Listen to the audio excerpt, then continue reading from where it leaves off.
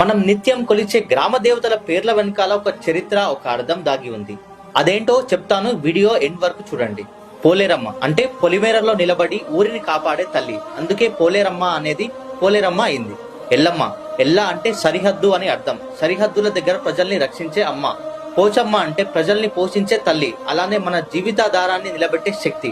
కట్టమైసమ్మ అంటే మన ఆరోగ్యాన్ని కాపాడే దేవత అని అర్థం. తలుపులమ్మ అంటే భక్తుల కోరికల తలుపులు తెరిచే అమ్మ. అంకమ్మ అంటే శివుడి మెడలోని అంకం నుంచి పుట్టిన శక్తి. ఈ శివతత్వమే ఈ తల్లి రూపం, అందుకే ఈ తల్లిని అంకాలమ్మ అని కూడా పిలుస్తాం. బతుకమ్మ అంటే మన బతుకుకు ఆధారమైన వర్షాన్ని, పంటలను అందించే తల్లి అని అర్థం. ముత్యాలమ్మ అంటే అంటు వ్యాధుల నుంచి ప్రజల్ని రక్షించే తల్లి అని అర్థం. పెద్దమ్మ తల్లి అంటే గ్రామ దేవతలలో ముఖ్యమైన దేవత అని అర్థం, అందుకే ఆమెను పెద్దమ్మ అని పిలుస్తాం. మన గ్రామ దేవతలు కేవలం విగ్రహాలు కాదు, వారు మన నమ్మకం, మన సంస్కృతి. వారు మనల్ని ఎప్పుడు కంటికి రెప్పలా కాపాడుతూనే ఉంటారు.